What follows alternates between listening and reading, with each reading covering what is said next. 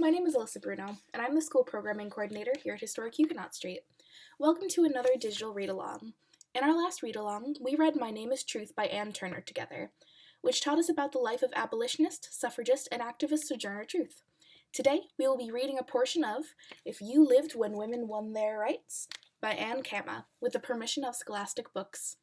It has been 100 years since women won their right to vote nationally, but they worked and fought for many years to gain this right. Through a series of questions and answers, If You Lived When Women Won Their Rights teaches us about the long-standing inequality of women in American society and the many women who challenged this inequality and fought for women's rights.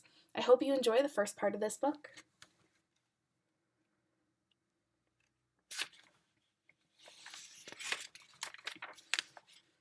How would you feel if someone said you weren't allowed to ride a bike, play most sports, go to college? And when you grew up, how would you feel if you weren't allowed to speak in front of an audience with men in it, vote, be a lawyer, doctor, scientist, or politician? If you lived in the 1800s, that's how it was for girls and women. Girls were supposed to stay home like their mothers. They learned to cook and sew and take care of the house. They were supposed to be quiet and obey their elders. Girls were told they weren't as smart as boys.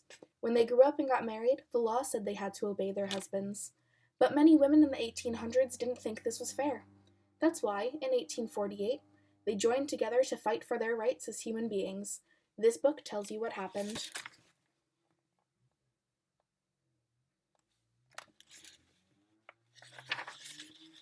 What rights did the first women who settled in America have? When the Pilgrims came to America, they brought their English laws with them, and in England, women didn't have many rights. After the Mayflower landed, only men were allowed to vote on what kind of government the new colony should have. The Pilgrims' religion also taught that men should rule over women. Yet, there were women in the New World who were treated fairly. Among the Iroquois Indians, who often lived near the English settlers, men and women were equal. The women farmed and owned the land. Men were the hunters, warriors, and chiefs. But women picked the chiefs. If a chief didn't do a good job, the women picked another chief instead. Did women help win the American Revolution? Yes. Women kept the farms and businesses going while the men were away at war. Some even helped in the fight for independence from England. The day after the British defeated the Americans at Lexington and Concord, women in a nearby town defended a bridge against the retreating British. The women grabbed muskets and pitchforks and captured a group of enemy soldiers.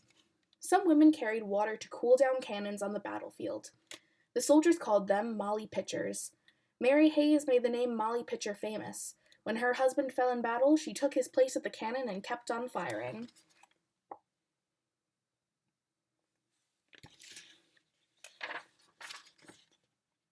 Deborah Sampson pretended to be a man and joined the army. She fought in many raids and was wounded in battle. After the war, she received an army pension. Women like Deborah and Mary became heroes during the Revolution. Thousands of women worked in the American Army. They nursed the wounded soldiers, washed their laundry, and carried heavy burdens from camp to camp. Other women were spies.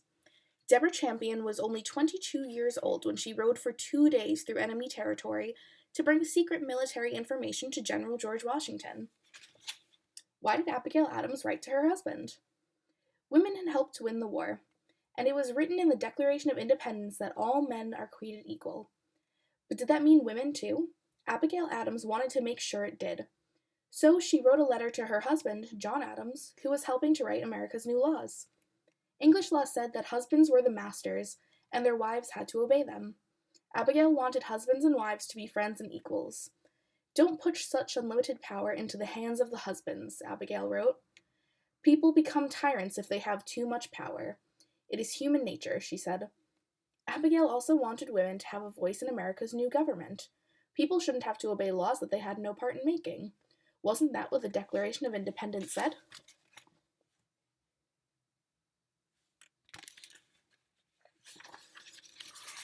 John Adams was a very important man. He later became the President of the United States. What did he think about his wife's ideas? I cannot but laugh, he wrote to Abigail. John Adams thought it was silly to think that women were equal to men. He also didn't think that Native Americans and African Americans were equal to white people. In those days, it was only white men who were created equal. Did the laws about women change after the American Revolution? No. Our founding fathers took English laws, called common law, and made them a part of American laws. Husbands still ruled over their wives. Women even lost some rights. Before the Revolution, a few states, such as New Jersey, allowed women to vote if they owned property. After independence was won, that right was taken away. Which laws upset women the most? The marriage laws. How are the laws unfair to married women? When a woman was married, she lost everything she owned, her money, her land, her personal things. By law, everything now belonged to her husband. She didn't even own the dresses she wore or the presents she got for her birthday. Today, if your parents get divorced, both your mother and father usually have the right to keep seeing you, but that's not how it used to be. In the 1800s, children belonged to the father. It didn't matter if he was a good parent or a bad one. Mothers had no right to keep their children, not even little babies. So, if your parents got divorced back then, you would probably live with your father, unless he said you could stay with your mother. But he could also send you away to live with someone else. If he was angry with your mother, he could stop her from ever seeing you until you grew up. What did girls wear? Girls always wore dresses, never pants. You could tell a girl's age by the length of her dress. If it was just below the knees, she was 12 or younger. By the time she was 14, the dress was halfway to her ankles. At 16, it was at her ankles. At 18, a girl's dress reached the floor, just like her mother's. Girls' clothes weren't made for running and playing the way they are today. Skirts had to look full, so girls wore petticoats, sometimes as many as 10. Often they were stiff and heavy. In the 1850s, someone invented a new, light petticoat. It had wire hoops and looked like a bird cage. Girls liked it better because it was easier to move their legs underneath. Still, the hoops got in your way when you played, and when the wind blew, you had to hang on to your skirt.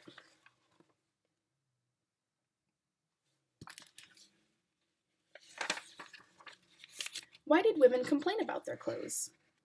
Women's clothes were heavy. A skirt and petticoats might weigh as much as 15 pounds. Some women wore hip pads to help carry the weight. Long skirts dragged in the dirt and mud. Remember, in those days, most streets weren't paved as they are today, and it was easy to trip on your skirt and petticoats when you walked upstairs. The corsets were worst of all. Women were supposed to have tiny waists. Otherwise, people didn't think they looked pretty. The tighter the laces on a corset were pulled, the smaller your waist became. Even young girls sometimes wore corsets. Corsets were made with whalebone or steel to make them stiff. You could hardly bend over. Corsets squeezed your ribs and lungs so tightly you couldn't breathe normally. That's why women sometimes fainted when they danced or exercised. Men thought that fainting showed how weak and delicate women were, but it really showed that their corsets were too tight. In 1850, this is what a lady wore. First came the undershirt and long cotton underpants, then came the corset.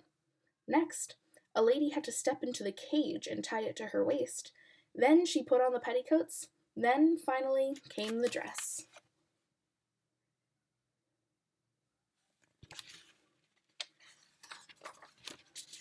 Did girls go to school? Most girls did not go to school before the American Revolution, but that changed after the Revolution. People thought girls should go to school so that later they could teach their sons how to be good citizens in America's new democracy. In the 1800s, boys and girls went to elementary school together. School was often free because America was building more and more public schools. But very few girls went to high school. Those who did were lucky. Once they had a high school education, they could work as teachers. Why weren't women allowed to go to college? Women's brains are too small. They're not as smart as men. They can't learn science or mathematics. That's what the male experts said. Emma Willard knew that men were wrong. As a girl, she loved mathematics, and she wished that women could go to college to study it. But there were no colleges that accepted women. So, in 1821, Emma started the Troy Female Seminary in Troy, New York. The school taught subjects more like those taught in college. Emma got in trouble because of her new ideas. One day, visitors walked into a classroom while a student was drawing a picture of the heart and circulatory system on the blackboard. The visitors were shocked. Women were not supposed to see pictures of the human body. The pictures might upset their delicate nature.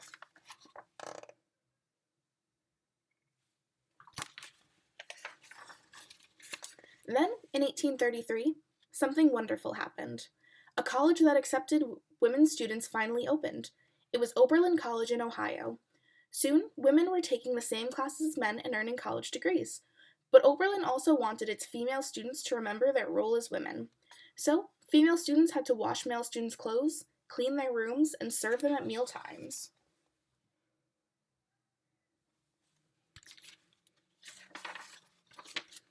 How did women earn money? It wasn't easy. The few jobs women could get, such as sewing, factory work, and teaching, paid very little. When Susan B. Anthony was a school teacher, the men teachers in her school earned $10 a week. Susan was one of the very best teachers, but because she was a woman, she earned $2.50. Like Susan, most women didn't earn very much money in those days. Some women got rich when they went out west. Clara Brown, an ex-slave, made so much money cooking and washing for Colorado gold miners that she ended up owning a part of a gold mine. She used some of her money to buy covered wagons to bring 34 of her Kentucky relatives to Colorado. A few women got rich inventing things. Margaret Knight invented a machine that made brown paper bags with square bottoms, just like the ones we use today. What was America like in the 1800s? Big changes were happening. Machines were invented that produced things faster and cheaper. Families left their farms and moved to towns and cities to work in factories. The 1800s was also a time when people had lots of new ideas about how to make the United States a better place. Some groups wanted to end slavery. They were called abolitionists. Other groups wanted to improve hospitals. The biggest group of all wanted to make it against the law to drink alcohol. Why did people want to make alcohol illegal? By the 1800s, alcohol was a big problem in America. If there was a get-together, chances are you'd find men drinking heavily. Some store owners gave a man a drink of whiskey if he bought something. There were bars everywhere. Many workers got whiskey as a part of their pay, and they took rum breaks the way we take coffee breaks today. The problem was so bad, some people got together to ban alcohol. They started the temperance movement.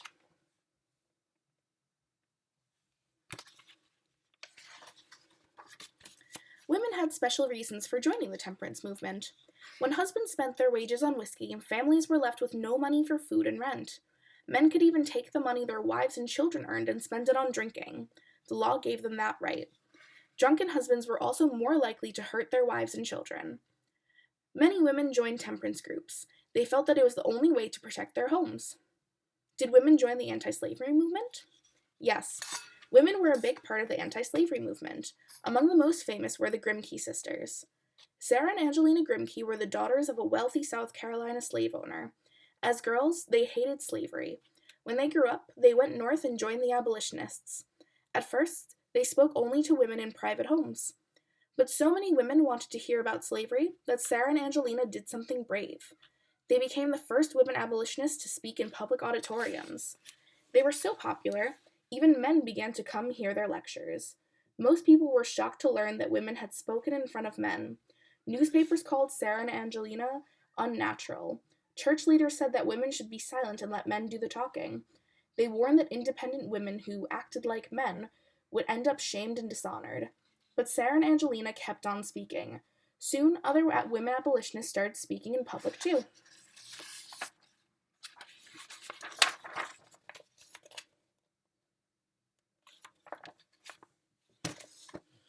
Thank you guys for tuning in and reading the first part of If You Lived When Women Won Their Rights with me today. If you want your very own copy of If You Lived When Women Won Their Rights, you can purchase it in our online shop. Starting today through May 3rd, you will receive 10% off the book's original price of $7.99 at checkout. This will bring the cost of the book to $7.19 before taxes and shipping. If you live locally, you can arrange to come pick the book up instead of having it shipped. Thank you for your interest in historic Huguenot Street. I hope to see you again next Monday at 10 a.m. for the next part of If You Lived When Women Won Their Rights.